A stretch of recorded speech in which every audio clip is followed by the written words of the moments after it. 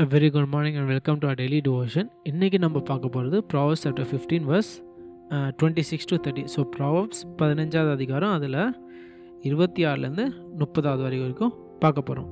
So ஒரு சின்ன சம்மரியாக பார்க்க போது என்ன சொல்கிறாருன்னா சோலமன் verse 26ல் என்ன சொல்கிறாரு, ஒரு துர்மார்க்கனோட எண்ணங்களை ஆண்டவர் வெறுக்கிறார், ஆனால் சுத்தமான எண்ணங்கள் சுத்தமான வார்த்தைகளை ஆண்டவர் நேசிக்கிறார். அதுக்கப்புறம் verse 27, 28, 29 என்ன சொல்கிறாருன்னா, ஓவராலாக துர்மார்க்கனை தள்ளி ஆண்டவர் தூரமாக நிற்கிறார், ஆனால் பரிசுத்தவனோட ஜெபத்தை ஆண்டவர் கேட்குறார்.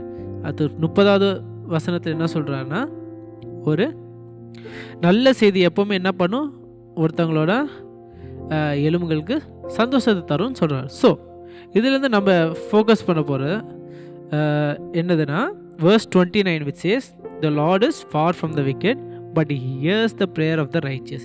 ஸோ ஆண்டவர் துர்மார்க்கனை தள்ளி நிற்கிறார், ஆனால் பரிசுத்தவனோட ஜெபத்தை கேட்குறாரு. ஸோ அதுலேருந்து நம்ம என்ன டேக்அவே, இதில் ஒரு மெயின் டேக்அவே இல்லை முக்கியமான டேக்அவே என்னென்னா, இல்லை முக்கியமாக நம்ம எடுத்துக்க வேண்டிய விஷயம் என்னென்னா கான்ஃபிடென்ஸ், அதாவது தைரியம்.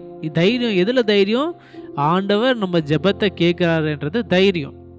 ஸோ நம்மளுக்கு நிறைய சந்தேகம் இருக்கும், இல்லை நம்பிக்கை குறைந்து போயிருக்கும். என்ன நம்பிக்கை குறைந்து போயிருக்குன்னா, ஆண்டவர் என் ஜெபத்தை கேட்குறாரா, எனக்கு அந்த உள்ளத்தில் ஒரு வாய்டு இருக்குது, அந்த எம்டினஸ் இருக்குது, என் ஜெபம் நான் செவுத்துக்கிட்ட தான் பேசுகிறேன், இல்லை ஆண்டவர்கிட்ட கேட்குறேனா. ஆனால் இங்கேயும் சொலோமன் என்ன சொல்கிறாருன்னா, இங்கே மட்டும் இல்லை, நீங்கள் வேதாகமத்தில் நிறைய இடத்துல பார்த்தா என்ன சொல்லுவாங்கன்னா, பரிசுத்தவானாக இருந்தால் உங்கள் ஜெபத்தை ஆண்டவர் எப்போவுமே கேட்பார். நம்மளுக்கான அந்த எண்ணம் வரும், கேட்குறாரா இல்லையா, இல்லை அந்த எம்டினஸ் இருந்தால் என்ன ஆகும், அது ஏன் அந்த மாதிரி வரும்னா, நம்ம ஜெபம் பண்ண போது எதுவுமே நடக்காது.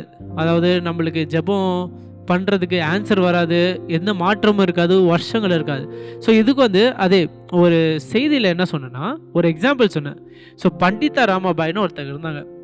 அவங்க என்னன்னா, அவங்க ஒரு 1800s 1800 அந்த ஆண்டுகளில் என்ன பண்ணாங்கன்னா, ஒரு ஆர்ஃபனேஜ் தொடங்கினாங்க.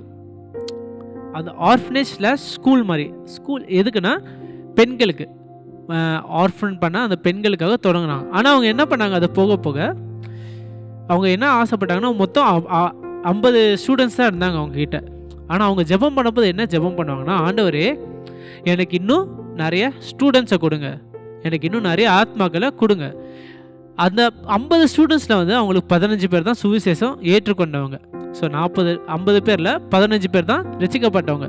ஸோ அவங்க என்ன சொன்னாங்க, எனக்கு இன்னும் நிறைய ஸ்டூடெண்ட்ஸ் கொடுங்க, அப்போ தான் இன்னும் நிறைய பேரை உங்களை பற்றி சொல்லி அவங்கள ரசிக்கப்பட வைக்க முடியும்னு சொன்னாங்க. இது எவ்வளோ நேரத்தில், இது ஒரு நல்ல ஜெபம் தானே. அவங்க பர்சனல் கெயினுக்காக இல்லை, அவங்க சொந்த சுய நினைவுக்காக பண்ணல, ஆனால் ஆண்டவரோட க்ளோரிக்காகவே அந்த மாதிரி ஜெபம் பண்ணாங்க.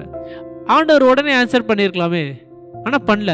இவங்க எவ்வளோ நேரத்தை நம்ம ஜெபம் பண்ணாங்க, கிட்டத்தட்ட ஒரு ஆண்டு ஜெபம் பண்ணிக்கிட்டே இருந்தாங்க இதே ஜெபத்தை, ஆண்டவர் எனக்கு நிறைய ஸ்டூடெண்ட் கொடுங்க. கடைசியாக ஒரு ஆண்டு முடிவு பிறகு தான் என்ன நடந்தது, இந்தியாவில் ஒரு ஃபேமைன் வந்தது. அந்த ஃபேமைனால் என்ன ஆச்சுன்னா, நிறைய விடோஸ் வந்தாங்க. அந்த நிறைய விடோஸ் என்ன பண்ணாங்க, இவங்க பண்டிதா ராமாபாய் போய் வாலண்டியர்ஸை வச்சு இவங்களெல்லாம் கூட்டிகிட்டு இவங்க ஆர்கனைசேஷனை சேர்த்து 50 பேர் இருந்த ஸ்டூடெண்ட்ஸ் ஸ்கூல் என்ன ஆச்சுன்னா 600 பேர் ஆச்சு. அந்த 600 பேரில் கிட்டத்தட்ட 300 பேர் என்ன பண்ணாங்க, ஆண்டவருடைய வார்த்தையை கேட்டு ரட்சிக்கப்பட்டாங்க. ஸோ இந்த மாதிரி தான் நம்ம ஜெபத்துக்கு எப்போவுமே நல்ல ஜெபமாக இருந்தாலும் ஆண்டவரோட if our prayer is according to God's will also என்ன ஆகும்னா டைம் எடுக்கும். ஆண்டவர் எப்போவுமே என்ன பண்ணுவார், ப்ரேயரை அவர் குறிப்பிட்ட காலத்திலேயே அவர் ஆன்சர் பண்ணுவார். அதுக்கு நம்ம என்ன பண்ணணும், வெயிட் பண்ணிக்கணும். ஸோ அந்த வெயிட் மட்டும் இல்லை, நம்ம எப்படி திரும்ப வெயிட் பண்ணணும், கான்ஃபிடெண்ட்டாக வெயிட் பண்ணணும்.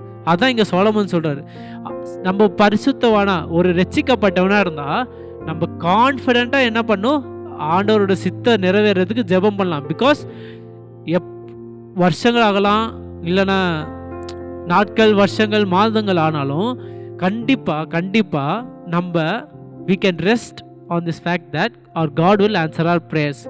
அது ஆனால் அது எப்போ ஆன்சர் பண்ணுவார்ன்றதை அவருக்கு மட்டும்தான் தெரியும். ஆனால் இந்த டிவோஷன் மூலமாக நான் என்ன சொல்ல வரேன்னா, we can gain confidence. அதாவது நம்மளுக்கு என்ன இருக்கணும், அந்த தைரியம் இருக்கணும். அதாவது என் ஜெபத்தை ஆண்டவர் கேட்குறாரு, கேட்கறது மட்டும் இல்லை, அவர் குறிப்பிட்ட காலத்தில் அதை நிறைவேற்றுவார்.